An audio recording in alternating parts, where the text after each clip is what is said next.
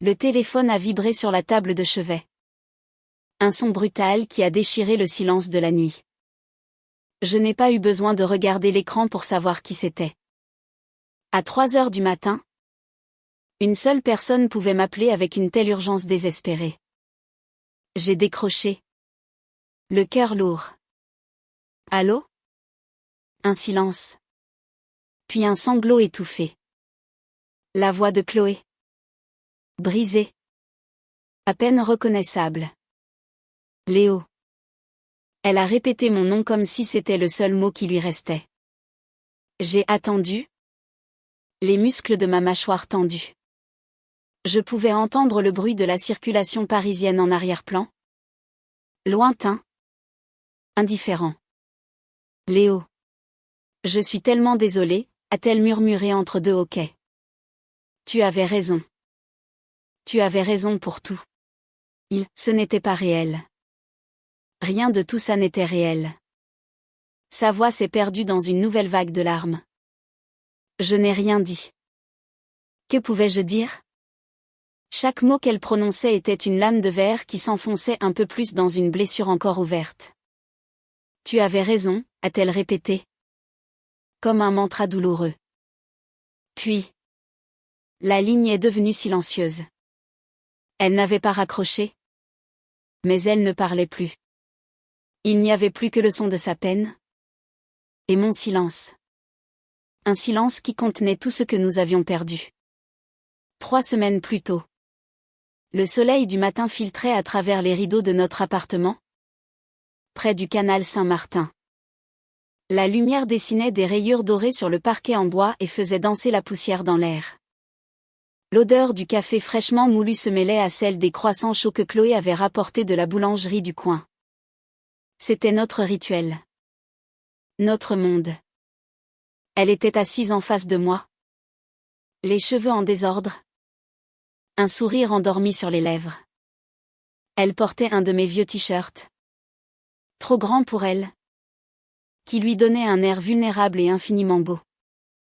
Elle a trempé un morceau de croissant dans son café au lait. Le regard perdu vers la fenêtre. À quoi tu penses? Ai-je demandé doucement. Elle a sursauté. Comme si je l'avais tiré d'un rêve. À rien de spécial. Juste. À nous. À la chance qu'on a d'être ici. Ses yeux verts brillaient. À ce moment-là, j'aurais pu jurer qu'elle était la femme la plus sincère du monde. Je l'ai cru. Je voulais la croire. Depuis 2 ans, notre vie ensemble était une mélodie simple et harmonieuse. Nous n'avions pas les drames passionnels des films, ni les grandes déclarations sous la pluie. Nous avions mieux.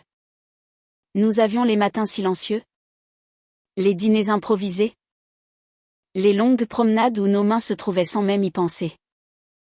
Nous avions une complicité construite sur des milliers de petits riens. Pour moi, c'était ça. Le véritable amour. Ce n'était pas un feu d'artifice, mais une braise chaude et constante qui vous réchauffait de l'intérieur. J'étais architecte. Mon métier consistait à construire des choses solides, des fondations capables de résister au temps. C'est ainsi que je voyais notre relation. Solide. Durable. Évidente. J'étais tellement sûre de nous que, depuis quelques semaines, une idée avait pris racine dans mon esprit. Une idée qui me faisait sourire tout seul au bureau et qui rendait mon cœur un peu plus léger. Je voulais demander à Chloé de m'épouser. Ce jour-là, après le petit déjeuner, je lui ai dit que je devais passer voir un client dans le Marais. C'était un mensonge. Ma destination était une petite boutique d'antiquités, nichée dans une rue pavée que peu de gens connaissaient. Le propriétaire, un vieil homme nommé Monsieur Dubois, avait la réputation de dénicher des trésors. La clochette de la porte a tinté quand je suis entrée. L'endroit sentait le bois ciré et le papier ancien. Des objets de toutes les époques s'entassaient sur les étagères, chacun avec son histoire. J'ai expliqué à Monsieur Dubois ce que je cherchais.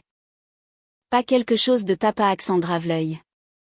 Pas un diamant énorme qui crierait sa valeur. Je voulais quelque chose d'unique, d'élégant. Quelque chose qui ressemblait à Chloé. Il a souri. Ses yeux plissés par des décennies de métier. Il a disparu dans son arrière-boutique et en est revenu avec un petit écrin en velours usé. Il l'a ouvert avec précaution. À l'intérieur, sur un lit de soie jaunie, reposait une bague en platine. Un petit saphir, d'un bleu profond comme l'océan, était entouré de minuscules diamants qui scintillaient comme des étoiles. Le style était art déco, simple et géométrique, mais d'une finesse incroyable. Elle date des années 1920, a murmuré le vieil homme. Elle a appartenu à une seule femme. Son mari l'avait dessinée pour elle. Mon cœur a manqué un battement. C'était elle. La bague parfaite. Elle n'était pas seulement belle. Elle avait une âme. Elle racontait une histoire d'amour qui avait traversé le temps. J'imaginais déjà la passer aux doigts de Chloé. Lui promettre de construire notre propre histoire. Une histoire tout aussi durable. Je l'ai achetée sans hésiter. L'écrin précieusement caché dans la poche intérieure de ma veste. En sortant de la boutique, le soleil m'a semblé plus brillant. Paris plus belle que jamais. J'avais l'impression de flotter. Le soir même, j'avais rendez-vous avec Marc, mon meilleur ami, pour prendre un verre. Je brûlais d'envie de lui annoncer la nouvelle. Nous nous sommes retrouvés dans un petit bar près de la place de la République. Marc était programmeur. Un esprit cartésien et pragmatique. L'opposé de ma nature plus rêveuse. Il était mon ancre. Celui qui me ramenait toujours sur terre. J'ai commandé 2 bières et, sans plus attendre, j'ai posé le petit écrin sur la table entre nous. Il a haussé un sourcil. Ne me dis pas que c'est ce que je pense. A-t-il dit. Un sourire en coin. Ouvre-le. Il a obéi. En voyant la bague, son sourire s'est effacé pour laisser place à une expression plus sérieuse. Waouh! Léo. C'est sérieux. Elle est magnifique. Je vais lui demander ce week-end. Ai-je dit. Incapable de contenir ma joie. On ira à Giverny. Visiter les jardins de Monet. Ce sera parfait. Marc a pris une longue gorgée de sa bière. Le regard pensif. Elle va dire oui. C'est sûr. Elle t'adore. Il y avait une hésitation dans sa voix. Une nuance que je n'ai pas aimée. Mais, ai-je demandé? Mon enthousiasme légèrement douché. Il a soupiré. Il n'y a pas de mais. Je suis heureux pour toi. Vraiment. C'est juste que Chloé est une grande romantique. Parfois, j'ai l'impression qu'elle vit un peu dans un film. Elle aime les grandes histoires? Les destins incroyables. Je savais de quoi il parlait. Chloé avait toujours été fascinée par l'idée de âme sœur. Du coup de foudre qui change une vie. C'était l'une des raisons pour lesquelles son histoire avec son ex, Julien, avait été si tumultueuse. C'était une passion dévorante, faite de ruptures et de réconciliations spectaculaires. Une histoire digne d'un roman. Mais c'était terminé. Du moins, c'est ce qu'elle m'avait assuré. Notre histoire est réelle. Marc? Ai-je répondu? Un peu sur la défensive. Elle n'est peut-être pas un film, mais elle est solide. Chloé le sait. Elle a changé. Je l'espère. A-t-il dit sincèrement. Je l'espère vraiment. C'est juste que ce Julien, il représentait tout ce qu'elle idéalisait. Le type charismatique, imprévisible, Le genre de type qui te fait croire au destin. Assure-toi juste qu'elle a vraiment tourné la page. Ces paroles m'ont un peu refroidi. Mais j'ai chassé le doute. Il avait tort. Chloé m'aimait. Notre amour tranquille avait guéri les blessures de sa relation passée. J'en étais certain. En rentrant ce soir-là, j'ai trouvé Chloé endormie sur le canapé. Un livre posé sur sa poitrine. La lumière tamisée de la lampe de lecture éclairait son visage paisible. Je l'ai regardé longuement. Mon cœur débordant d'amour. J'ai caressé doucement sa joue. Et elle a souri dans son sommeil. Toutes mes incertitudes se sont envolées. Marc s'inquiétait pour rien. Notre avenir était là. Sous mes yeux. Calme et lumineux. Rien ni personne ne pourrait jamais gâcher ça. La semaine qui a suivi a été l'une des plus heureuses de ma vie. Je gardais mon secret, savourant l'anticipation. Chaque regard, chaque geste de Chloé me confirmait que je prenais la bonne décision. Nous étions en parfaite harmonie. Le jeudi soir, j'avais prévu de réserver nos billets de train pour Giverny. La bague était cachée dans un tiroir, attendant son heure. Ce jeudi soir-là, Chloé est rentrée du travail plus tard que d'habitude. D'habitude, elle m'envoyait un message. Pas cette fois. Quand elle a franchi la porte, j'ai tout de suite su que quelque chose n'allait pas. Son visage était pâle. Ses yeux fuyants. Elle a posé son sac sans un mot et a enlevé son manteau avec des gestes lents. Presque mécaniques. Ça va ? Ai-je demandé ? Le cœur soudainement serré. Elle n'a pas répondu tout de suite. Elle est allée dans la cuisine. S'est servi un verre d'eau et l'a bu d'un trait. Elle s'est adossée au comptoir. Les bras croisés. Refusant de me regarder. Chloé. Qu'est-ce qui se passe ? Tu m'inquiètes. Finalement. Elle a levé les yeux vers moi. Ils étaient remplis d'une émotion que je ne pouvais pas déchiffrer. C'était un mélange de peur, de culpabilité et d'autres choses. Une sorte d'excitation fiévreuse. Il faut que je te parle. Léo, a-t-elle dit d'une voix blanche. Et c'est là, dans le silence pesant de notre cuisine, sous la lumière crue du plafonnier, que mon monde a commencé à s'effondrer. Je me suis assis à la table de la cuisine, mes mains posées à plat sur le bois froid.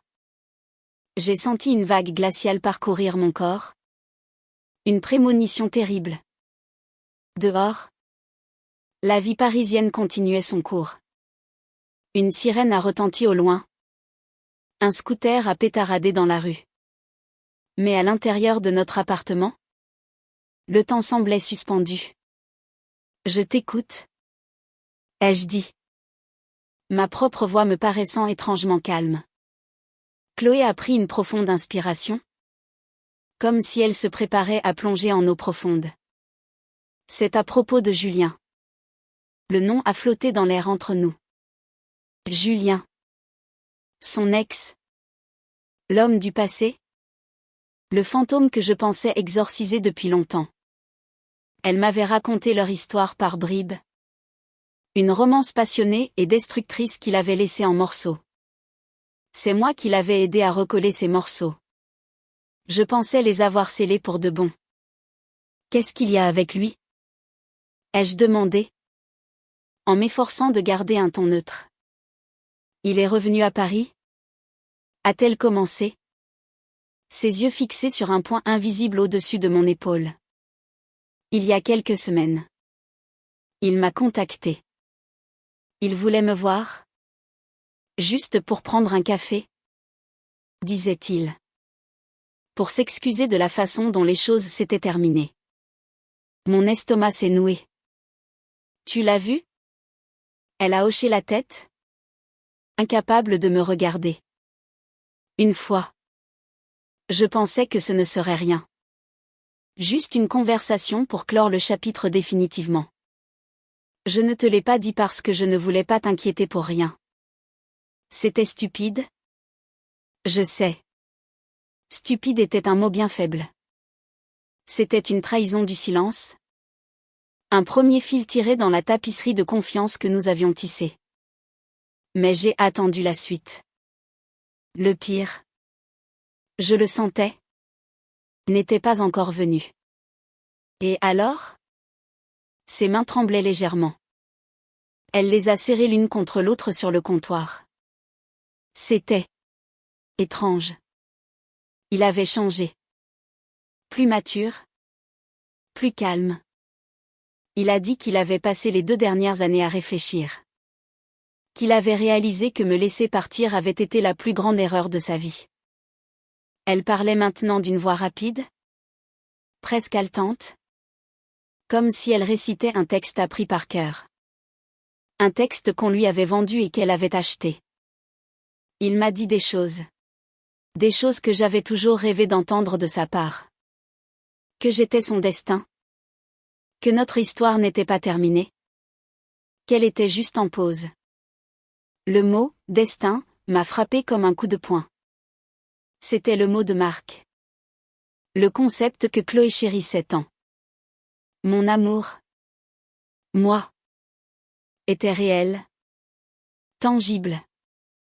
Je n'avais jamais eu besoin de l'habiller de grands mots cosmiques. Julien. Lui.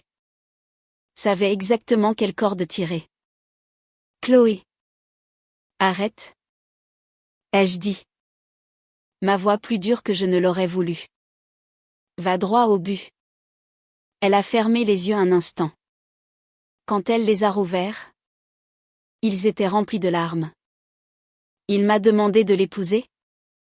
Léo. Le silence qui a suivi a été assourdissant.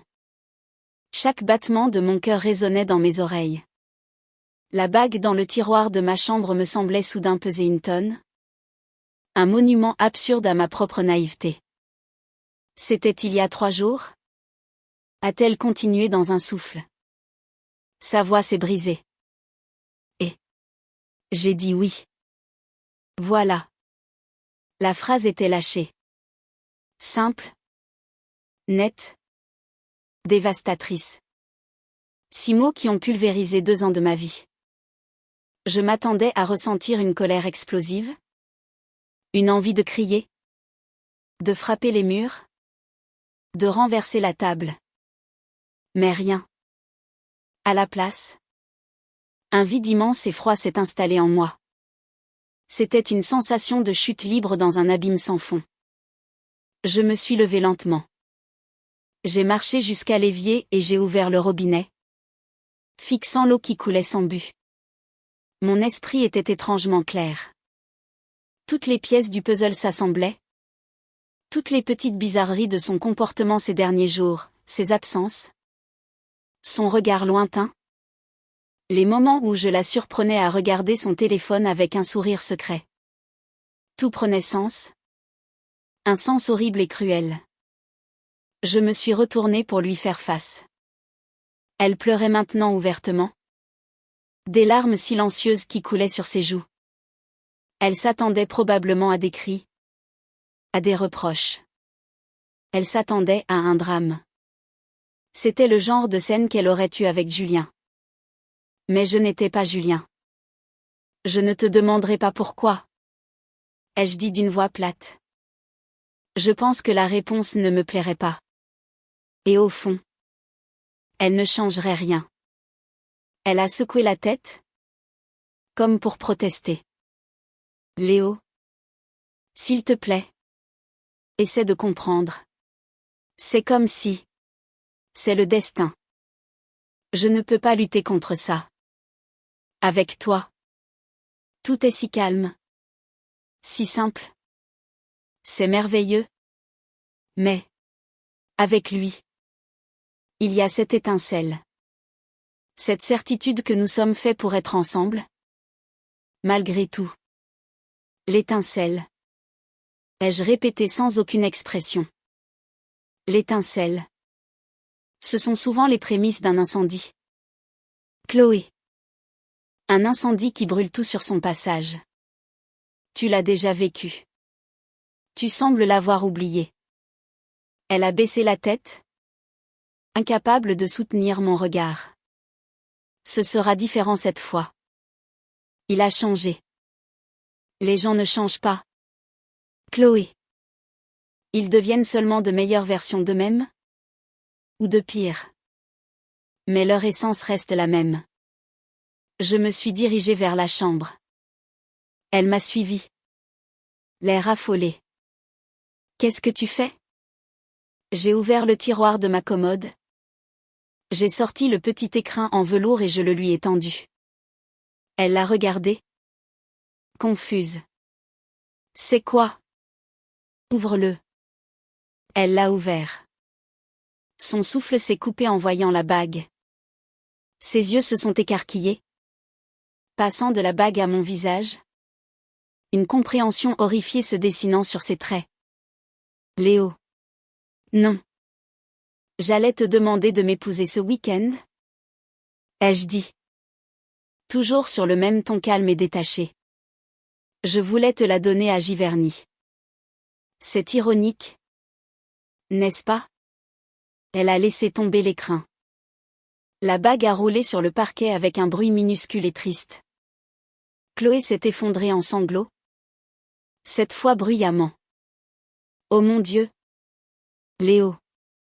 Qu'est-ce que j'ai fait? Je suis un monstre. Je n'ai pas répondu. Je suis retournée dans le salon. Elle était encore là. Au milieu de la pièce. Perdue. Fais tes valises. Ai-je dit. Elle a relevé la tête. Le visage ravagé par les larmes. Quoi? Tu me mets dehors? Je ne te mets pas dehors. Je te laisse faire ton choix. Et tu l'as fait. Tu as dit oui à un autre homme. Donc, tu ne peux pas rester ici. Ce ne serait juste pour personne. Ni pour toi. Ni pour moi. Et certainement pas pour ton fiancé. Le mot a eu un goût amer dans ma bouche. Mais où vais-je aller? A-t-elle demandé. La panique dans la voix. Je suppose que tu iras chez lui. Chez l'homme de ton destin. Ma froideur semblait la choquer plus que n'importe quelle explosion de colère. C'était une porte qui se fermait. Un mur qui s'élevait entre nous. Lisse et infranchissable. Elle a compris qu'il n'y avait pas de négociation possible. Pas de scène de réconciliation à jouer. Elle est allée dans la chambre et a commencé à rassembler ses affaires dans un silence lourd. Seulement ponctué par ses reniflements. Je suis resté assis sur le canapé. Fixant le mur d'en face. Là où étaient accrochées nos photos. Des photos de nos vacances en Bretagne? D'un week-end à Amsterdam? De nous. Souriant. Au sommet de la tour Eiffel? Comme des touristes dans notre propre ville. Des fragments d'un bonheur qui me semblait maintenant appartenir à une autre vie. Pendant qu'elle faisait sa valise, je me suis souvenu d'une chose. Je suis allé vers elle. Elle s'est figée. Espérant peut-être un dernier revirement. Il y a une chose que je veux récupérer? Ai-je dit. Son regard s'est posé sur sa main gauche. Où elle portait déjà la bague de Julien. Un diamant ostentatoire qui ne lui allait pas. Pas ça. Ai-je précisé. Ça. C'est le symbole de ton avenir. Garde-le. J'ai tendu la main.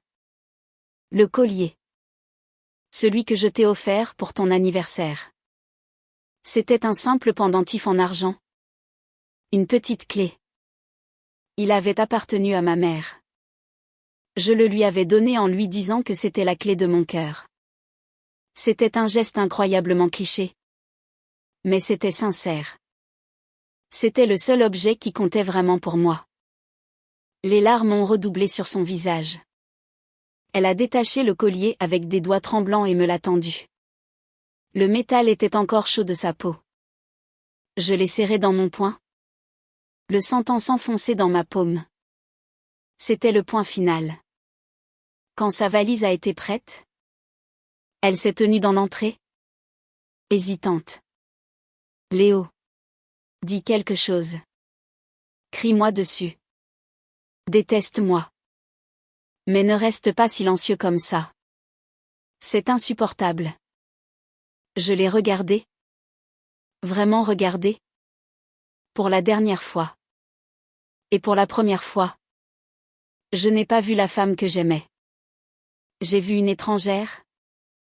Une personne que je ne connaissais pas. Ou que je n'avais jamais voulu connaître. Je n'ai rien à te dire, Chloé. Ai-je répondu doucement. Sauf peut-être. Bonne chance. J'espère sincèrement que tu trouveras ce que tu cherches. Sur ces mots, elle a ouvert la porte et elle est partie. Le clic de la serrure a résonné dans l'appartement soudainement immense et vide. Je suis resté immobile pendant un long moment. Le poing toujours serré autour du collier de ma mère. Puis, le calme glacial qui m'avait protégé s'est fissuré. Une douleur sourde, profonde, a commencé à monter du plus profond de mon être. Ce n'était pas une douleur aiguë, mais une pression immense, comme si l'immeuble entier s'effondrait sur ma poitrine. Je me suis laissé tomber sur le canapé. L'odeur de son parfum flottait encore dans l'air. Une torture olfactive. J'ai regardé autour de moi. Chaque objet, chaque meuble, chaque recoin de cet appartement était imprégné d'elle. C'était notre sanctuaire. C'était devenu ma prison. J'ai ouvert la main et j'ai regardé la petite clé en argent. La clé de mon cœur. Je me suis dit qu'elle me l'avait rendue. Mais qu'en partant, elle avait emporté la serrure avec elle.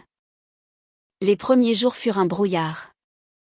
Un mélange indistinct de temps qui s'étire et de nuits sans sommeil. L'appartement était devenu un mausolée. Un musée silencieux de notre vie passée. Chaque bruit familier, le grincement du parquet. Le murmure du réfrigérateur semblait amplifié, soulignant l'absence assourdissante de Chloé. Je me réveillais au milieu de la nuit. Le bras tendu vers sa place vide dans le lit.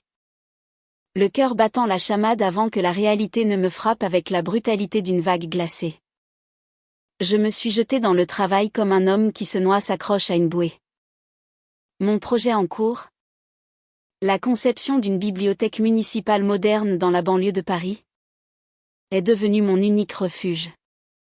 Je passais mes journées au bureau et je ramenais des dossiers à la maison le soir. Je dessinais des plans. Je faisais des calculs de structure. Je me perdais dans la complexité des lignes et des angles jusqu'à ce que mes yeux me brûlent et que mon cerveau soit trop épuisé pour penser. L'architecture était une discipline logique, prévisible. Si les fondations étaient solides, le bâtiment tenait debout. C'était un réconfort. Un contraste absolu avec le chaos de ma vie personnelle, dont les fondations s'étaient effondrées sans le moindre avertissement.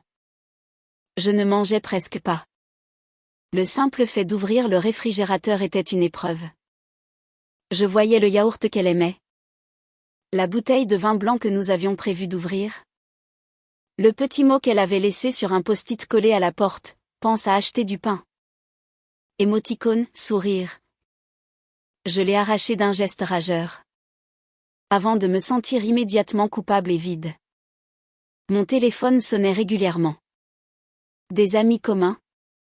Inquiets de ne pas avoir de nouvelles. Je les ignorais. Que pouvais-je leur dire? La vérité était trop crue. Trop humiliante. Ma petite amie m'a quitté pour se fiancer avec son ex. 3 jours après qu'il soit revenu dans sa vie.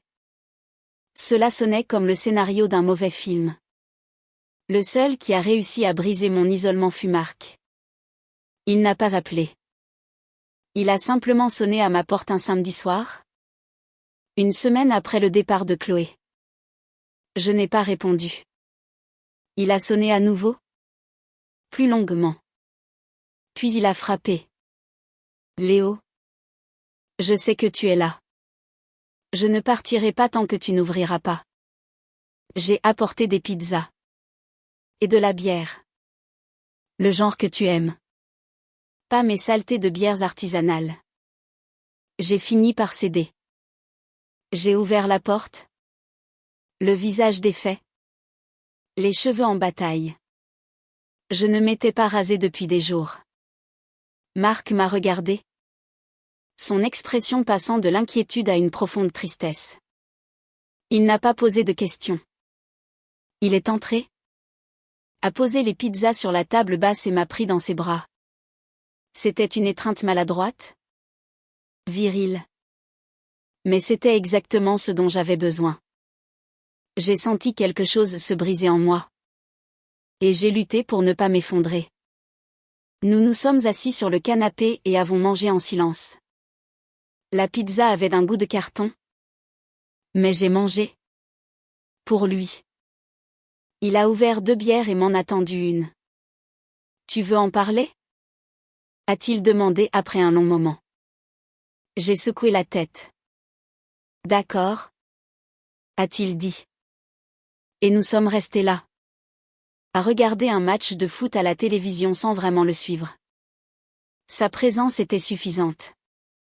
Il ne m'a pas jugé. Il ne m'a pas dit « je te l'avais bien dit ». Il était simplement là. Un phare solide dans ma tempête personnelle. Avant de partir, tard dans la nuit, il s'est arrêté sur le seuil. Ne la laisse pas te détruire? Léo. Elle ne le mérite pas. Ces mots sont restés avec moi longtemps après son départ. Mais c'était plus facile à dire qu'à faire. Chloé était partout. Son odeur était encore sur les oreillers. Son shampoing était encore dans la douche. Un de ses livres était encore sur la table de chevet. Avec un marque-page à la moitié. Chaque objet était une petite dague qui ravivait la douleur. Le lendemain, dimanche, je me suis réveillée avec une nouvelle résolution. Je ne pouvais pas continuer à vivre dans ce sanctuaire dédié à sa mémoire. Il fallait que je fasse le vide. Que j'efface ces traces pour pouvoir commencer à respirer à nouveau. J'ai commencé par la salle de bain. J'ai pris un grand sac poubelle et j'ai jeté tout ce qui lui appartenait, ses crèmes, son maquillage, sa brosse à cheveux encore pleine de ses longs cheveux blonds. Chaque objet jeté était un petit déchirement. Mais aussi une petite libération. Puis, je suis passée à la penderie. Ses vêtements étaient encore là. Suspendus à côté des miens. Je pouvais sentir son parfum sur une écharpe en laine. J'ai tout décroché méthodiquement. J'ai plié chaque chemise. Chaque robe. Et j'ai tout mis dans de grands cartons. Je ne pouvais pas me résoudre à les jeter. Je les donnerai à une association caritative plus tard. C'est dans le dernier tiroir de sa commode, sous une pile de pulls, que je l'ai trouvé. Une petite boîte en bois, décorée de coquillages. Je la lui avais offerte lors de nos premières vacances en Normandie. Je ne l'avais jamais vue l'ouvrir. J'ai hésité. Mon cœur battant la chamade. Une partie de moi voulait simplement la mettre dans le carton avec le reste. Mais une autre partie, masochiste, avait besoin de savoir. Je l'ai ouverte. À l'intérieur, il n'y avait pas de coquillage, pas de souvenir de nos vacances. Il y avait une pile de lettres, attachées par un ruban de soie rouge. L'écriture sur les enveloppes n'était pas la mienne. C'était une écriture masculine, large et assurée. Je n'ai pas eu besoin de lire la signature au bas de la première lettre que j'ai sortie pour savoir de qui elle provenait. Julien. Des lettres datant d'avant notre rencontre.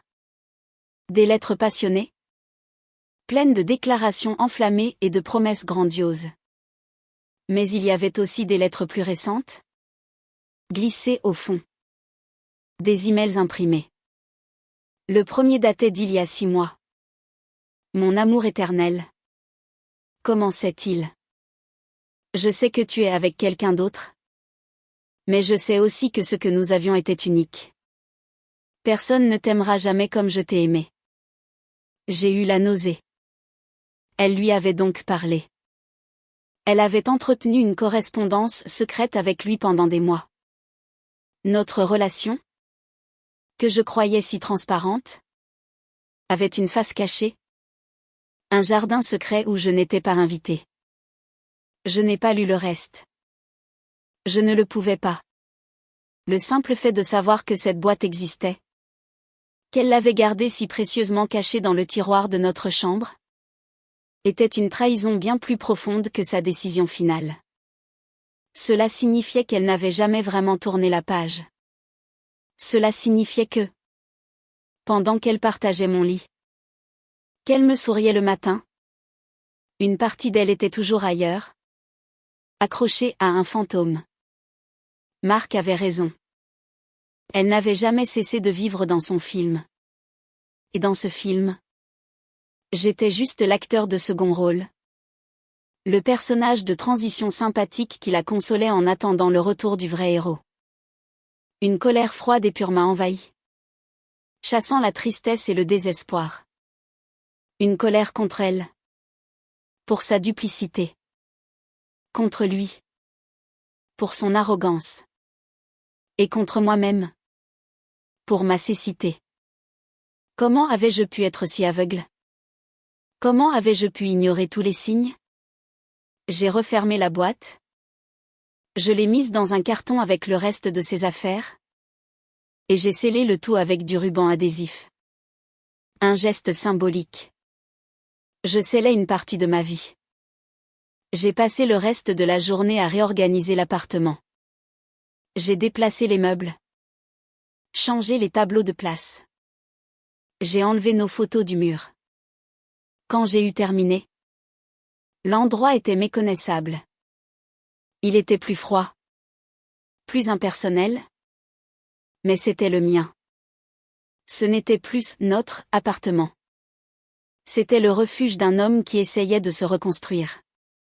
Cette nuit-là, pour la première fois depuis son départ, j'ai dormi plusieurs heures d'affilée. Un sommeil lourd. Sans rêve. Je me suis réveillée le lendemain matin avec la sensation d'avoir franchi une étape. La douleur était toujours là. Une douleur sourde et constante dans ma poitrine. Mais elle n'était plus paralysante. Elle était accompagnée d'une détermination nouvelle. Je ne la laisserai pas me détruire. Les jours suivants, j'ai commencé à reprendre une routine. Je me suis forcée à aller courir le long du canal le matin. L'air frais et l'effort physique m'aidaient à clarifier mes pensées. J'ai recommencé à répondre aux messages de mes amis, donnant des versions évasives de la rupture, mais acceptant leurs invitations à prendre un verre ou à dîner. Je parlais peu, mais leur compagnie m'empêchait de sombrer. Je savais que le chemin vers la guérison serait long et semé d'embûches. Je savais qu'il y aurait des jours de rechute, des moments où un souvenir, une chanson ou une odeur me ramènerait brutalement en arrière. Mais pour la première fois, je sentais que la guérison était possible. J'avais survécu à la tempête initiale. Maintenant, il fallait apprendre à naviguer au milieu des débris. La vie a repris un semblant de normalité. Une normalité fragile, comme une fine couche de glace sur un lac profond et sombre. De l'extérieur, tout allait bien. Je me levais. J'allais travailler. Je voyais mes amis. Je payais mes factures. J'étais redevenu un citoyen fonctionnel de Paris. Mais à l'intérieur, la reconstruction était lente et laborieuse. J'évitais les endroits que nous avions partagés. Notre café préféré dans le Marais. Le petit cinéma d'art et d'essai où nous allions le mardi soir. Le banc au bord de la Seine où nous nous étions embrassés pour la première fois. Paris, qui avait été le théâtre de notre amour, était maintenant un champ de mines de souvenirs. Chaque coin de rue pouvait faire exploser une nostalgie douloureuse. J'ai décidé de prendre le problème à bras-le-corps. Au lieu de fuir, j'ai commencé à me réapproprier la ville. Je suis retournée seule dans ces endroits, armée d'un livre ou de ma musique. Je me suis assis à une autre table. J'ai commandé un café et j'ai lu pendant 1 heure. J'ai regardé un film seul, en mangeant du pop-corn. C'était étrange au début. Presque douloureux. La chaise vide à côté de moi semblait crier son absence. Mais peu à peu, je créais de nouveaux souvenirs. Des souvenirs qui n'appartenaient qu'à moi. Je superposais ma solitude choisie sur les fantômes de notre bonheur passé, jusqu'à ce que leur image devienne floue. Les cartons contenant les affaires de Chloé sont restés empilés dans un coin de mon salon pendant 1 semaine. Je les regardais chaque jour. Une présence muette et accusatrice. Je ne savais pas quoi en faire. Les jeter me semblait trop violent. Les lui apporter était hors de question. Je ne voulais pas la voir. Je n'étais pas prêt. Finalement, j'ai trouvé son adresse email dans mes contacts. J'ai écrit le message le plus neutre possible. Bonjour Chloé. J'ai rassemblé tes affaires. Elles sont dans des cartons. Dis-moi où je peux les déposer. Léo. Pas de formule de politesse chaleureuse. Pas de questions sur sa nouvelle vie. Juste des faits. Logistique et impersonnel. Sa réponse est arrivée quelques heures plus tard. Elle était tout aussi concise. Mais je pouvais sentir la fébrilité entre les lignes. Bonjour Léo. Merci. Tu peux les laisser chez mes parents. Je t'envoie leur adresse. Je suis vraiment désolée pour tout. Chloé. Je n'ai pas répondu à ses excuses. C'était un mot trop simple pour couvrir l'étendue des dégâts. J'ai loué une petite camionnette un samedi matin et j'ai transporté les cartons jusqu'à l'appartement bourgeois de ses parents dans le 16e arrondissement. J'ai prié pour ne croiser personne. Heureusement, c'est la concierge qui m'a ouvert. Elle m'a regardé avec un mélange de pitié et de curiosité, mais n'a rien dit. J'ai déposé les cartons dans le hall et je suis reparti sans un regard en arrière. En conduisant, un sentiment de légèreté m'a envahi. C'était la dernière attache matérielle. L'appartement était maintenant entièrement vide d'elle. C'était un pas de plus. Pourtant, malgré tous mes efforts pour l'effacer, elle revenait me hanter de manière inattendue. Un soir, en faisant des courses au supermarché, je suis tombée sur un couple qui se disputait à voix basse dans le rayon des pâtes. L'homme semblait exaspéré, la femme au bord des larmes. Ça m'a rappelé que toutes les relations avaient leurs difficultés. La mienne m'avait semblé si simple, si parfaite. Était-ce une illusion ? Avais-je été si aveuglée par mon propre désir d'harmonie que j'avais ignoré les fissures qui se formaient sous la surface ? Cette question m'a obsédée. J'ai commencé à rejouer notre relation dans ma tête, à la disséquer scène par scène, à la recherche d'indices que j'aurais manqués. Il y avait eu des moments. Des moments où elle parlait de Julien avec une étrange lueur dans les yeux. Une sorte de nostalgie romantique qu'elle présentait comme une blessure guérie. Mais qui était peut-être autre chose. Il y avait eu cette fois où une chanson était passée à la radio. Et elle avait soudainement eu les larmes aux yeux avant de changer de station en prétextant un mal de tête. À l'époque, j'avais vu de la sensibilité. Avec le recul, je voyais une flamme qui n'était pas éteinte. J'avais choisi de ne pas voir. Je voulais tellement que notre histoire soit simple et heureuse que j'avais inconsciemment édité tous les passages qui ne correspondaient pas à ce récit. La plus grande trahison de Chloé n'était pas seulement d'avoir aimé un autre homme. C'était de m'avoir laissé croire à une version d'elle-même qui n'existait pas. Et ma plus grande faute était de l'avoir cru. Parce que c'était plus confortable. Cette prise de conscience était douloureuse, mais libératrice. Elle a déplacé une partie de la culpabilité. Ce n'était pas seulement moi qui avais été stupide. C'était une illusion que nous avions entretenue à deux. Le travail continuait d'être ma bouée de sauvetage. Mon projet de bibliothèque avançait bien. Je me suis plongée dans la conception de l'espace pour enfants, imaginant un lieu lumineux, joyeux et plein de recoins secrets pour lire. Cela m'a fait du bien de me concentrer sur la création de quelque chose de positif, de beau, quelque chose destiné à apporter de la joie aux autres. C'était l'antithèse de la destruction que j'avais vécue dans ma vie privée.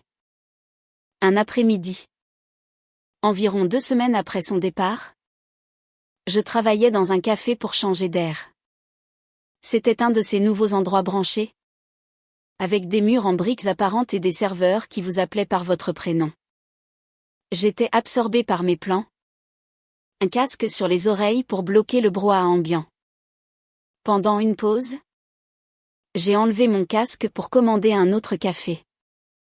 Et c'est là que je les ai entendus. À la table juste à côté de la mienne, 2 jeunes femmes discutaient avec animation. L'une d'elles, je l'ai reconnue immédiatement. C'était Sophie, l'une des meilleures amies de Chloé. Je me suis instinctivement recroquevillée sur ma chaise, espérant qu'elle ne me verrait pas.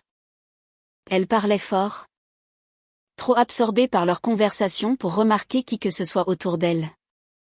Et elle parlait de Chloé. Mon cœur s'est mis à battre plus vite. Je savais que je ne devais pas écouter. C'était mal. Mais je ne pouvais pas m'en empêcher. C'était comme regarder un accident de voiture au ralenti. Tu te rends compte? Un mariage en moins de 3 mois, disait l'amie de Sophie. C'est de la folie. C'est Julien, a répondu Sophie en soupirant. Tout doit aller vite. Être spectaculaire. C'est son style. Il a déjà réservé un château en Bourgogne. Tout doit être parfait, selon ses critères. Et Chloé? Elle est heureuse? Il y a eu une hésitation. Une pause qui en disait long. Elle dit qu'elle l'est, a finalement dit Sophie, en baissant la voix. Elle dit que c'est un rêve éveillé. La bague de fiançailles est énorme. Tu l'as vue? On dirait un glaçon. Julien lui a déjà acheté une nouvelle voiture. Ils partent aux Maldives pour leur lune de miel. C'est le grand jeu. Elle a remué son café, le regard perdu dans le vague. Mais, je ne sais pas. Parfois, quand je lui parle, j'ai l'impression qu'elle essaie de se convaincre elle-même. Qu'est-ce que tu veux dire? Eh bien, Julien décide de tout. Absolument tout. La date, le lieu, la liste des invités, le traiteur. Chloé voulait des pivoines pour son bouquet. Il a dit que c'était trop commun, qu'il préférait des orchidées blanches, que c'était plus chic. Elle n'a même pas pu choisir la couleur des robes des demoiselles d'honneur. Il a dit que le bleu marine était plus élégant. Sophie a ri. Mais c'était un rire sans joie. C'est drôle?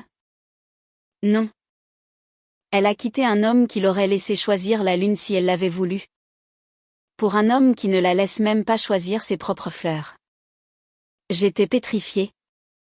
Mon café oublié sur la table. Chaque mot était une révélation. Je n'avais jamais vu Julien. Mais à travers cette conversation volée, un portrait se dessinait, celui d'un homme contrôlant, pour qui le mariage était moins une union qu'une démonstration de statut et de pouvoir. Ce n'était pas une histoire d'amour. C'était une acquisition. Le pire, a continué Sophie, c'est qu'elle n'ose rien dire. Elle a tellement peur de briser l'image du couple parfait revenu d'entre les morts qu'elle accepte tout. Elle marche sur des œufs. Ce n'est pas la Chloé que je connais. Je me suis levée. J'ai laissé un billet sur la table et je suis partie sans demander mon reste. Je ne pouvais plus en entendre davantage. J'ai marché dans les rues de Paris. Le cerveau en ébullition. La douleur était toujours là. Mais pour la première fois, elle était mêlée à un autre sentiment. Un sentiment inattendu et dérangeant, la pitié. J'avais pitié de Chloé. Elle n'avait pas choisi le grand amour. Elle avait choisi une cage dorée. Elle avait échangé notre bonheur simple et authentique contre une illusion de conte de fées. Une production hollywoodienne dirigée par un tyran. L'étincelle dont elle parlait n'était pas celle de la passion, mais celle des flashs des photographes qui l'engageraient sûrement pour immortaliser son triomphe. Ce jour-là, quelque chose a changé en moi. Ma blessure a commencé à se transformer. Ce n'était plus seulement l'histoire d'un homme qui avait été trahi.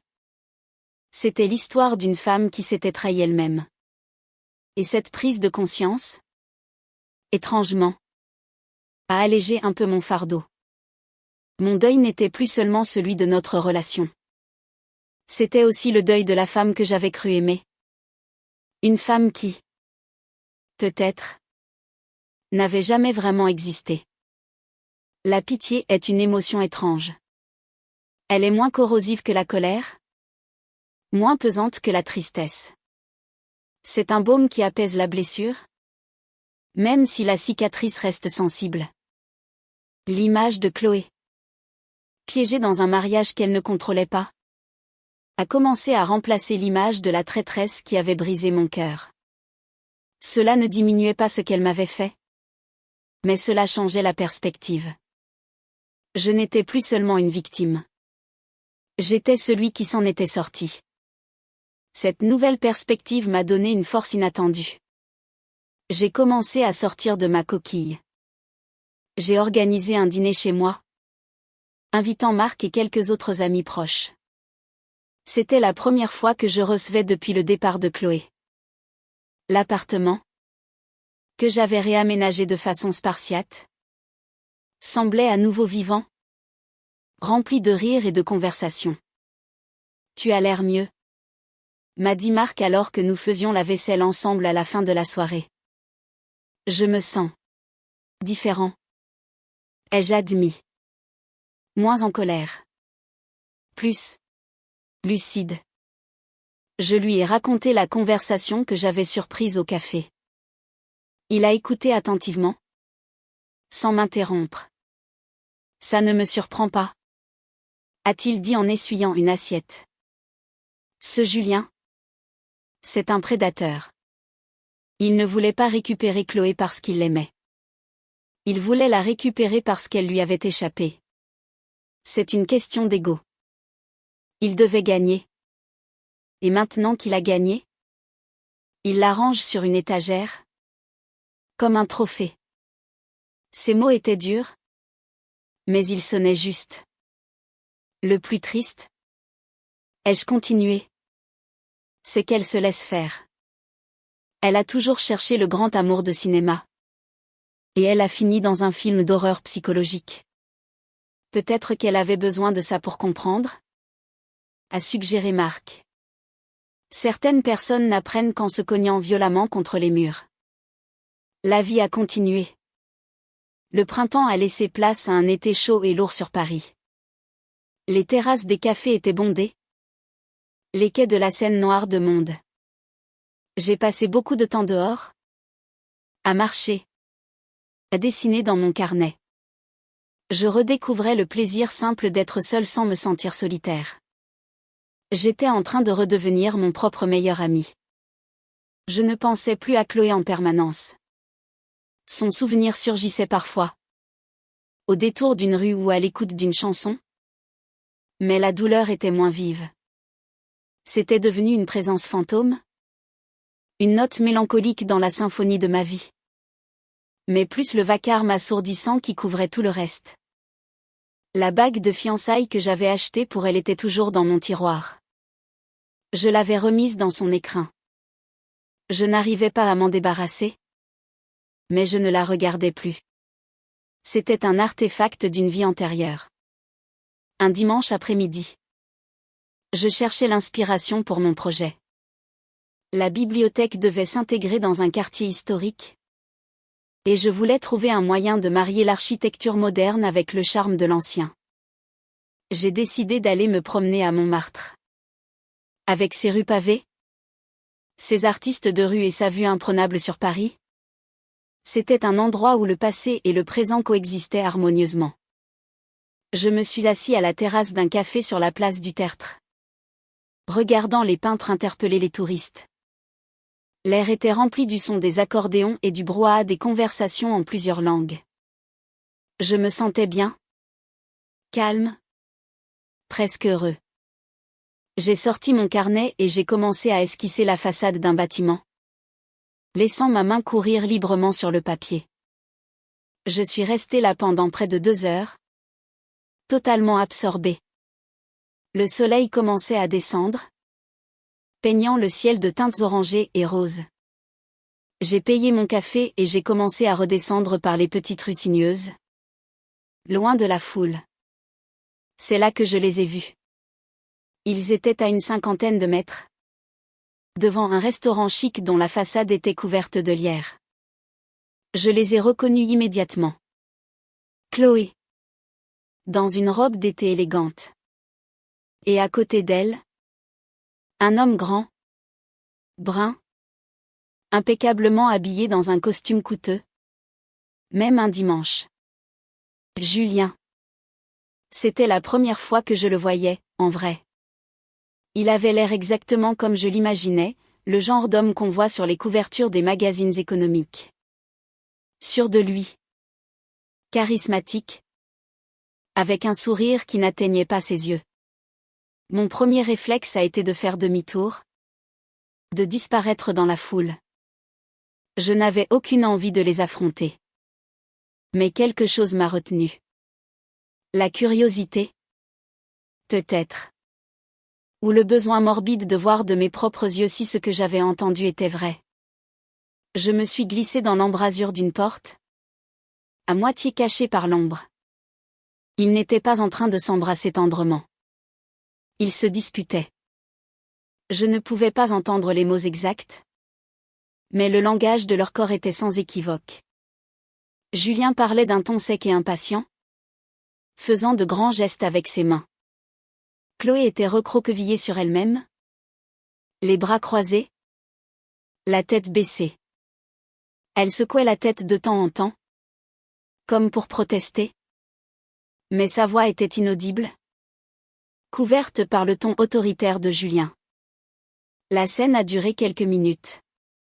Puis, Julien a semblé perdre patience. Il a dit quelque chose de particulièrement cassant, a haussé les épaules avec un air de mépris et s'est détourné d'elle. Il a sorti des clés de sa poche, a désactivé l'alarme d'une Porsche noire garée un peu plus loin, est monté dedans et a démarré en trombe, laissant Chloé seule sur le trottoir. Elle est restée immobile un long moment, le dos tourné. J'ai vu ses épaules se mettre à trembler. Elle pleurait. Lentement. Elle a relevé la tête et a regardé autour d'elle, comme si elle se réveillait d'un cauchemar. Le visage inondé de larmes et de mascara qui coulait. Et c'est là que nos regards se sont croisés. À travers la rue, à travers le flux de passants indifférents, nos yeux se sont accrochés. La surprise, la honte et un désespoir infini se sont peints sur son visage. Elle a ouvert la bouche comme pour dire quelque chose, mais aucun son n'est sorti. Dans cet instant, tout a disparu autour de nous.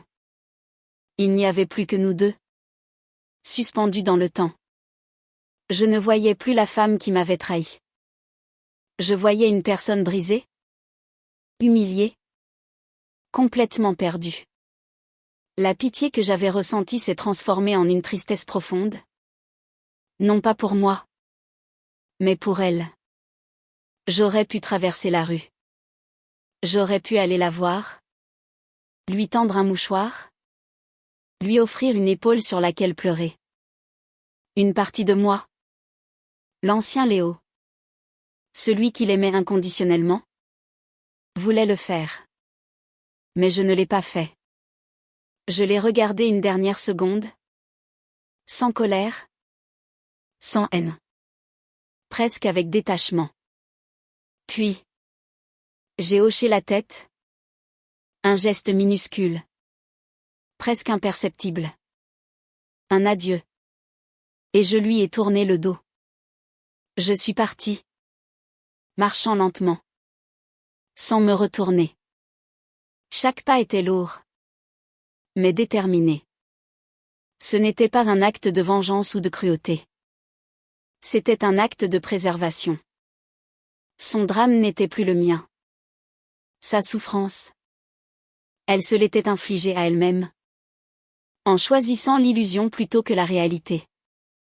Mon rôle dans son histoire était terminé. Et son rôle dans la mienne aussi. En marchant vers la station de métro. Je me suis sentie incroyablement triste. Mais aussi incroyablement libre. Le dernier fil qui me reliait à elle venait de se rompre. Ce n'était pas une rupture nette et propre, mais un effilochage lent et douloureux qui venait enfin de céder. Le chapitre Chloé était clos. Pas dans un éclat de colère, mais dans un silence empreint de tristesse et de pitié. Je suis rentrée chez moi. Je me suis préparé un thé et je me suis assis près de la fenêtre, regardant la nuit tomber sur Paris. Je ne me sentais ni victorieux, ni amer. Je me sentais juste. En paix. Pour la première fois depuis des semaines, le silence dans mon appartement n'était plus synonyme de solitude. Il était synonyme de sérénité. Tourner le dos à Chloé à Montmartre a été un point de bascule. Ce n'était pas une décision calculée, mais un instinct profond de survie. En rentrant chez moi ce soir-là, j'ai compris que ma guérison ne dépendait plus de l'oubli, mais de l'acceptation. Accepter qu'elle m'avait fait du mal. Accepter qu'elle se faisait du mal à elle-même. Et surtout, accepter que nos chemins s'étaient définitivement séparés. Les jours qui ont suivi ont été différents. Le poids sur mes épaules semblait plus léger. La colère et la tristesse, qui avaient été mes compagnons constants, s'étaient estompés pour laisser place à une sorte de calme mélancolique.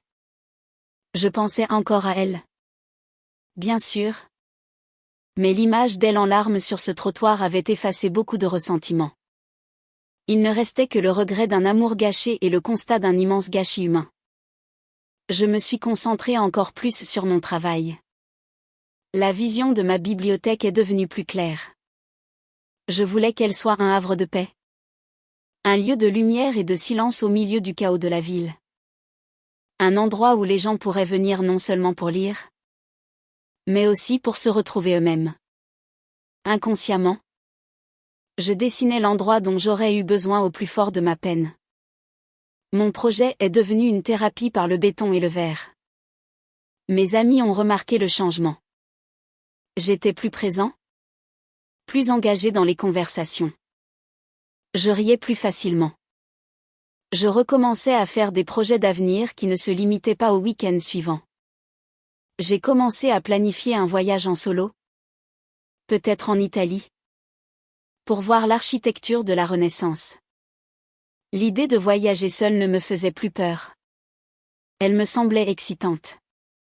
Environ une semaine après l'incident de Montmartre. Je dînais avec Marc. Nous étions dans un restaurant vietnamien qu'on aimait bien. Le genre d'endroit sans prétention avec une nourriture excellente. Tu sais. Je ne te l'ai jamais vraiment dit. A commencé Marc entre deux bouchées de nem. Mais j'ai été vraiment inquiet pour toi. Pendant un moment, j'ai cru que tu allais te noyer. Moi aussi. Ai-je avoué. Je pense que j'ai touché le fond. Mais parfois, il faut toucher le fond pour avoir une surface solide sur laquelle rebondir. Et tu as rebondi. A-t-il dit avec un sourire approbateur. Qu'est-ce qui a changé? C'est de l'avoir vu l'autre jour? J'ai réfléchi un instant. Oui et non. L'avoir n'a fait que confirmer ce que je commençais à comprendre. Ce qui a vraiment changé, c'est que j'ai arrêté de me poser la question « Pourquoi m'a-t-elle fait ça ?» J'ai commencé à me demander, pourquoi ai-je accepté ça? Marc a hoché la tête, comprenant parfaitement. La responsabilité. Tu as arrêté de n'être qu'une victime. Exactement. J'étais tellement focalisée sur notre perfection que j'ai ignoré tous les signaux d'alerte. J'ai ma part de responsabilité dans ma propre cécité. Le reconnaître, c'est ce qui m'a permis de reprendre le contrôle. Ce n'est plus son histoire qui m'a été imposée. C'est mon histoire. Et j'ai le droit de tourner la page. Nous avons continué à parler. De tout et de rien. De son travail. De mes projets de voyage. Du dernier film que nous avions vu. C'était une conversation normale. Facile. C'était la vie. La vraie vie. Pas un drame romantique. Quelques jours plus tard, j'étais en réunion avec mes supérieurs pour présenter l'avancement de mes plans pour la bibliothèque. C'était un moment crucial. La réunion s'est déroulée dans une grande salle de conférence vitrée, surplombant les toits de Paris. J'étais nerveux, mais aussi confiant. Je croyais en mon projet. J'ai déroulé mes plans, expliqué ma vision, l'interaction entre la lumière naturelle et les espaces de lecture, l'utilisation de matériaux durables, l'intégration d'un petit jardin intérieur. Mes patrons ont écouté attentivement. Quand j'ai eu terminé, il y a eu un silence. Puis, le directeur de l'agence, un architecte renommé et d'ordinaire très critique, a pris la parole. Léo, a-t-il dit. C'est excellent. Il y a quelque chose de nouveau dans votre travail. Une maturité. Une profondeur qu'on ne voyait pas auparavant. C'est plus qu'un bâtiment. C'est une expérience. Son compliment a été comme un baume sur mon âme. Mon épreuve personnelle. Ma douleur. Je l'avais transformée en quelque chose de créatif. De constructif. J'avais pris les débris de ma vie et j'en avais fait les fondations de mon meilleur travail. En sortant de cette réunion, le projet validé et les félicitations de mes collègues résonnant encore à mes oreilles, je me sentais plus grand de 10 centimètres. Pour la première fois depuis des mois, je me sentais fière de moi. La journée a été longue et exaltante. Je suis rentrée chez moi tard. Épuisée mais heureux. J'ai commandé une pizza pour fêter ça. J'ai ouvert une bouteille de vin et je me suis installée sur mon canapé, savourant ce moment de triomphe personnel. C'est à ce moment-là que mon téléphone a vibré. Je n'ai pas regardé l'écran tout de suite, pensant que c'était Marc qui voulait me féliciter. J'ai terminé ma part de pizza. J'ai bu une gorgée de vin.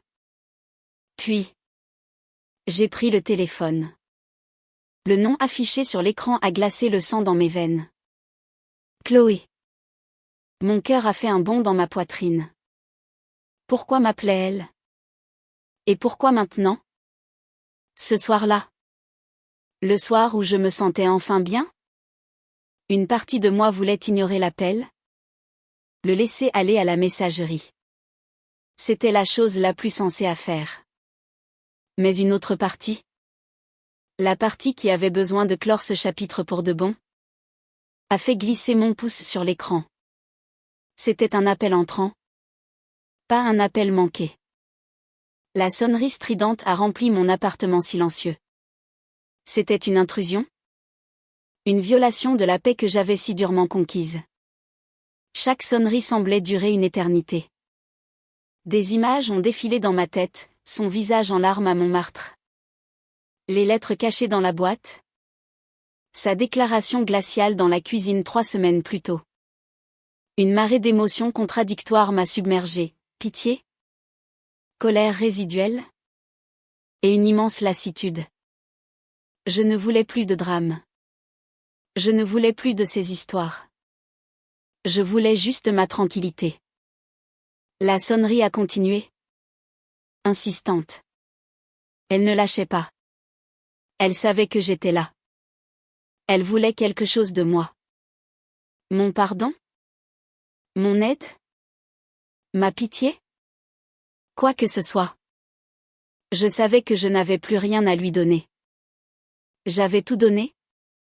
Et elle avait tout jeté. Finalement. Après ce qui a semblé une éternité. La sonnerie s'est tue. Un silence bienheureux est retombé sur l'appartement. L'écran indiquait « un appel manqué ». J'ai regardé le téléphone dans ma main. Cet objet qui contenait tant de souvenirs et de douleurs potentielles. Une minute plus tard, il a vibré à nouveau. Un message. Mon pouce a tremblé en l'ouvrant. Le message était court. Léo. S'il te plaît. J'ai besoin de te parler. Je t'en supplie. Je suis restée là. Le téléphone à la main. Le cœur battant à tout rompre. Le calme que j'avais ressenti quelques minutes plus tôt s'était évaporé. Le passé n'était pas mort. Il était juste là. De l'autre côté de l'écran. Essayant de forcer la porte de mon présent. J'ai posé le téléphone sur la table. Face cachée. J'ai fermé les yeux. J'ai pris une profonde inspiration. Je devais faire un choix. Lui répondre et risquer de rouvrir toutes les blessures. Ou l'ignorer et affirmer définitivement mon indépendance et ma nouvelle force. La soirée qui devait être une célébration de ma renaissance professionnelle était devenue un test final. Le dernier combat contre le fantôme de Chloé. Et je savais, au plus profond de moi, que la façon dont j'allais gérer cette nuit déterminerait le reste de ma vie. Le vrai combat ne se déroulait pas avec elle. Il se déroulait à l'intérieur de moi. La nuit a été longue. Le téléphone est resté sur la table. Silencieux. Mais sa présence était aussi pesante qu'un trou noir, absorbant toute la paix de la pièce. J'ai essayé de regarder un film, de lire un livre. Mais les mots et les images dansaient devant mes yeux sans prendre de sens. Mon esprit retournait sans cesse à son message. Je t'en supplie. La panique dans ces mots était palpable. J'ai mené une guerre silencieuse avec moi-même. L'homme que j'étais, celui qui répare, qui prend soin, voulait répondre. Il voulait savoir ce qui n'allait pas. Poussé par un mélange de pitié et d'un reste d'habitude protectrice. Mais l'homme que je devenais, celui qui avait appris à poser des limites pour se protéger, me criait de ne pas le faire. Répondre serait comme inviter un vampire à entrer. Une fois le seuil franchi, il serait presque impossible de le faire sortir. Vers 3 heures du matin, épuisé par ce conflit intérieur, j'ai pris ma décision. Je ne lui répondrai pas. Pas cette nuit. Ma tranquillité d'esprit, si fraîchement acquise, valait plus que sa crise de fin de soirée. J'ai éteint mon téléphone, un geste radical que je n'avais pas fait depuis des années, et je suis allée me coucher. Le sommeil n'est pas venu facilement. Mais quand il est venu, il était profond. Comme si mon corps avait enfin obtenu la permission de se reposer. Le lendemain matin, j'ai rallumé mon téléphone avec une certaine appréhension. J'avais 2 autres appels manqués de Chloé. Passés peu après le premier. Et une cascade de messages. Léo. Je sais que tu ne veux pas me parler. Je comprends. Mais il faut que tu saches. C'est fini avec Julien. C'est fini pour de bon. Ce n'était pas réel. Rien de tout ça. C'était un mensonge. Tu avais raison. S'il te plaît. Rappelle-moi. J'ai besoin d'entendre ta voix. Je les ai lus avec un calme qui m'a surpris moi-même. Il n'y avait pas de triomphe. Pas de satisfaction malsaine à la lire confirmer mes pires craintes. Il n'y avait qu'une immense tristesse. Une tristesse pour elle. Pour le désastre qu'elle avait elle-même orchestré. Je suis allée travailler. La journée a été productive. Mais son appel planait en arrière-plan de mes pensées. Le soir, en rentrant, j'ai trouvé un autre message. Je suis à l'hôtel. Je n'avais nulle part où aller. Je suis tellement désolée. Léo. J'ai tout gâché. Cette fois, quelque chose a cédé en moi. L'imaginer seul dans une chambre d'hôtel impersonnelle, après avoir vu son conte de fées s'écrouler, était trop pathétique. Ma décision de ne pas répondre n'était pas tenable sur le plan humain. Je ne lui devais rien, mais je me devais à moi-même de ne pas être cruelle. J'ai pris une grande inspiration et j'ai appuyé sur son numéro. La scène du cold open. C'était maintenant. Elle a décroché à la première sonnerie. Allô? Ai-je dit. Ma voix plus ferme que je ne le pensais. Un sanglot étouffé. Puis sa voix. Brisée.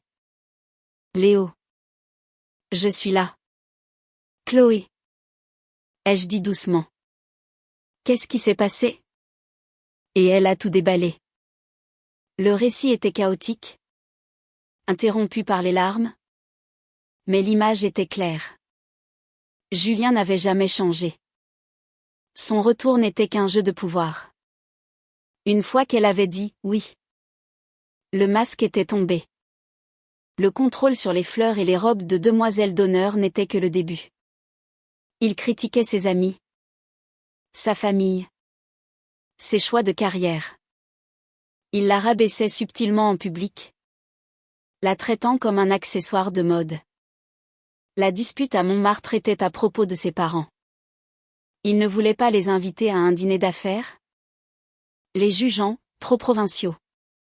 C'est quand elle a essayé de le défendre qu'il l'a laissé en plan sur le trottoir. La rupture finale avait eu lieu la veille. Il lui avait présenté un contrat de mariage. Un document blindé, rédigé par une armée d'avocats, qui la laissait sans rien en cas de divorce et lui imposait des clauses de confidentialité sur leur vie privée. Ce n'était pas un contrat de mariage? Léo? A-t-elle pleuré au téléphone? C'était un contrat de propriété. Je n'étais pas sa future femme. J'étais son dernier investissement. Quand elle a refusé de signer, il est entré dans une colère froide.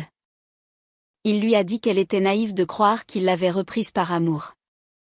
Il lui a dit, mot pour mot, je voulais juste prouver que je pouvais l'avoir à nouveau. Le défi est terminé. Tu peux partir maintenant. Il l'a mise à la porte de son appartement luxueux avec la même désinvolture qu'on jette un vieux journal. Tu avais raison, a-t-elle répété. Comme la nuit précédente. Tu avais raison pour tout. L'étincelle. Ce n'était pas de la passion? C'était l'avertissement d'un incendie. Et j'ai couru dedans la tête la première. J'ai tout brûlé. Notre vie. Ton amour. Tout. Je l'ai écouté sans l'interrompre. Je n'ai pas dit, je te l'avais dit. À quoi bon? Elle était déjà au fond du gouffre. Qu'est-ce que tu vas faire maintenant? Ai-je demandé, gardant ma voix aussi neutre que possible. Je ne sais pas. A-t-elle sangloté. Je vais retourner chez mes parents? Je suppose. Le temps de. Je ne sais pas. De comprendre comment j'ai pu être aussi stupide. Il y a eu un silence. Puis. D'une voix à peine audible, Léo. Est-ce qu'il y a une chance pour nous? La question que je redoutais. La question qui contenait tous les espoirs et tous les dangers. Mon cœur s'est serré. Une partie de moi. Une partie enfouie. A murmuré, oui. Le souvenir de nos matins heureux. De nos rires. De l'amour simple et profond que j'avais eu pour elle. Mais ma raison? Plus forte? Plus sage maintenant? A crié, non. Je ne pouvais pas retourner en arrière. On ne répare pas un vase brisé en recollant les morceaux. On verra toujours les fissures. Chloé. Ai-je commencé, choisissant mes mots avec une infinie précaution. Ce que tu as vécu est terrible. Et je suis sincèrement désolée que tu aies eu à traverser ça. Personne ne mérite d'être traité de cette façon. Elle a reniflé, attendant la suite. Mais nous ne pouvons pas revenir en arrière.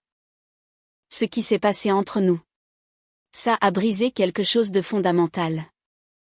La confiance. Je ne pourrai plus jamais te regarder de la même façon. Et tu ne pourras plus jamais me regarder sans voir l'homme que tu as blessé. Je peux changer. A-t-elle protesté? Je le jure. J'ai appris ma leçon de la manière la plus dure qui soit. Je ne doute pas que tu aies appris, Chloé. Mais ce n'est plus la question. Tu dois changer pour toi. Pas pour moi. Tu dois apprendre à trouver ton bonheur en toi-même. Pas dans l'idée romantique que quelqu'un d'autre va venir te sauver. J'étais ton havre de paix. Et tu l'as quitté pour une tempête parce que tu trouvais le calme ennuyeux. Tu dois apprendre à aimer le calme. Chaque mot me coûtait. Car c'était la vérité la plus dure. C'était l'épitaphe de notre amour. Elle est restée silencieuse pendant un long moment. Je pouvais l'entendre pleurer doucement. Alors. C'est vraiment fini? A-t-elle murmuré. Ce n'était pas une question, mais une constatation. Oui. Ai-je dit. C'est fini. Mais ça ne veut pas dire que ta vie est finie. C'est le début d'autre chose pour toi. Et pour moi aussi. Nous avons encore parlé un peu. Je me suis assurée qu'elle avait assez d'argent. Qu'elle avait bien contacté ses parents. Je suis redevenue, pour quelques minutes, le Léo protecteur. Mais c'était différent. C'était le soin qu'on apporte à une amie en détresse. Pas à l'amour de sa vie. La connexion émotionnelle intime avait disparu. Quand nous avons raccroché, je me suis sentie vidée. Mais aussi, incroyablement en paix. J'avais dit la vérité. J'avais été honnête. Avec elle et avec moi-même. J'avais été gentil. Mais ferme. J'avais fermé la porte. Mais je ne l'avais pas claquée à son nez. C'était la fin la plus digne que nous pouvions espérer. Je me suis approchée de la fenêtre. Paris scintillait sous mes yeux. Il y a 3 semaines? Cette même vue me semblait hostile et vide. Ce soir, elle me semblait pleine de promesses. La douleur n'avait pas complètement disparu, mais elle ne me définissait plus. C'était une partie de mon histoire? Une cicatrice qui me rappellerait toujours ma capacité à survivre et à guérir. Le chapitre Chloé était enfin. Et véritablement. Clos. Et pour la première fois. J'étais impatient de découvrir ce que le prochain chapitre me réservait. 3 mois plus tard.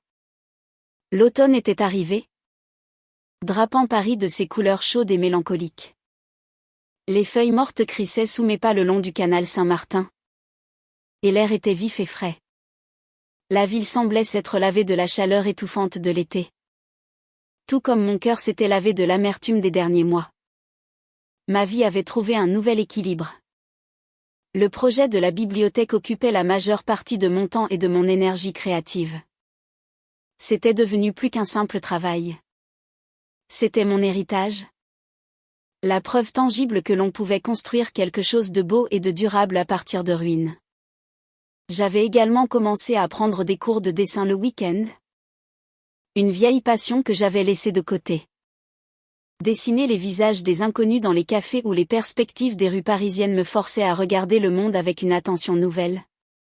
À voir la beauté dans les détails du quotidien. Je n'avais pas eu de nouvelles de Chloé depuis notre conversation téléphonique. Je savais, par le biais d'amis communs, qu'elle était bien retournée vivre chez ses parents en province. Elle avait quitté son travail et essayait de se reconstruire, loin de l'agitation et des tentations de Paris. Je lui souhaitais sincèrement de trouver la paix. Sa mémoire ne provoquait plus de douleur. Seulement une sorte de tendresse lointaine? Comme on en ressent pour une personne qu'on a beaucoup connue mais qui appartient désormais à un passé révolu. Un samedi après-midi. Alors que je lisais dans le jardin du Luxembourg, mon téléphone a vibré. C'était un numéro que je ne reconnaissais pas. J'ai hésité. Puis j'ai décroché. Léo? C'est Chloé.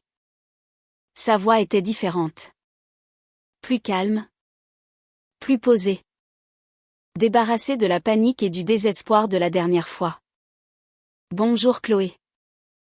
Ai-je répondu? Surpris mais pas mal à l'aise. Comment vas-tu? Je vais bien. A-t-elle dit. Et pour la première fois. J'ai eu l'impression que c'était vrai. Je suis à Paris pour la journée. Pour un entretien. Je me demandais si tu accepterais de prendre un café. Juste pour parler. Si tu ne veux pas. Je comprendrai totalement. J'ai réfléchi une seconde. Il n'y avait plus de peur. Plus de colère.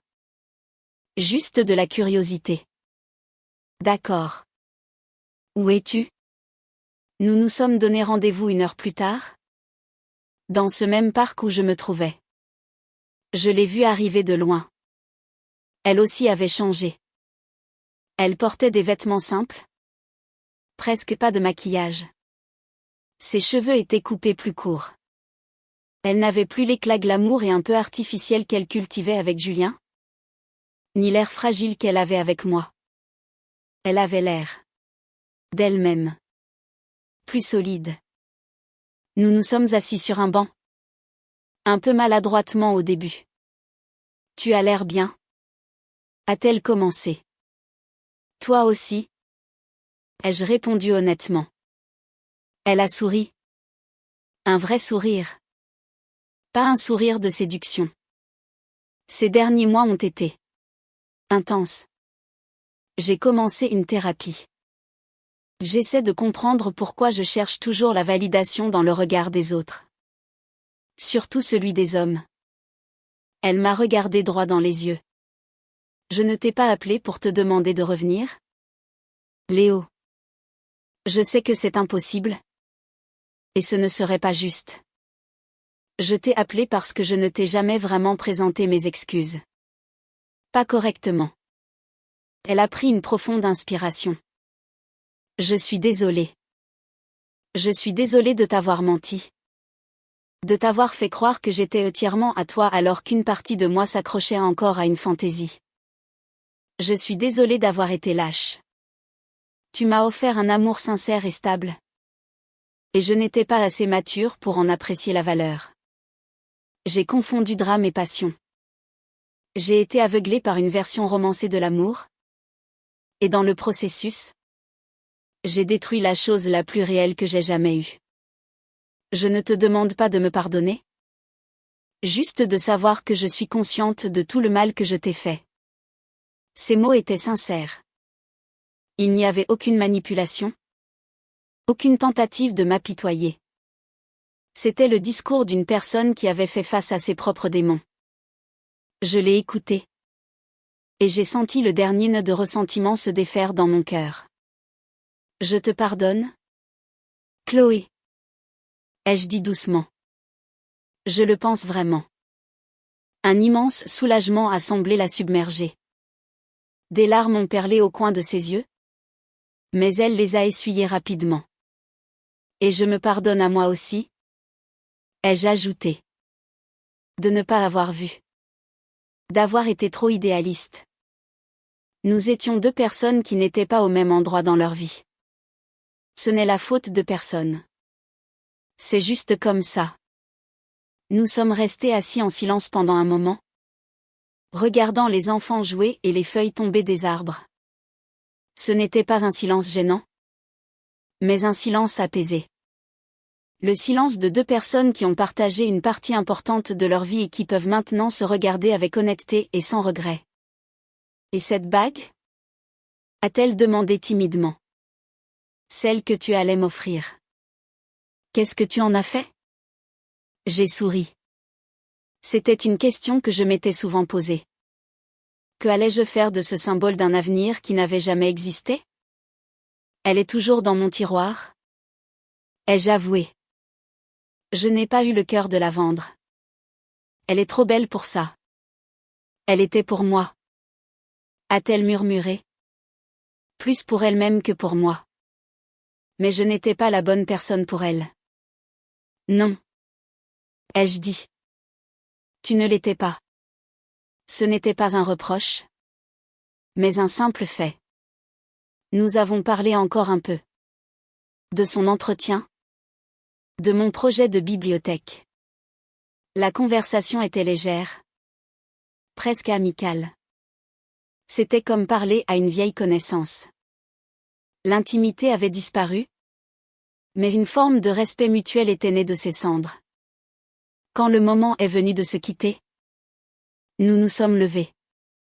Prends soin de toi, Léo, m'a-t-elle dit.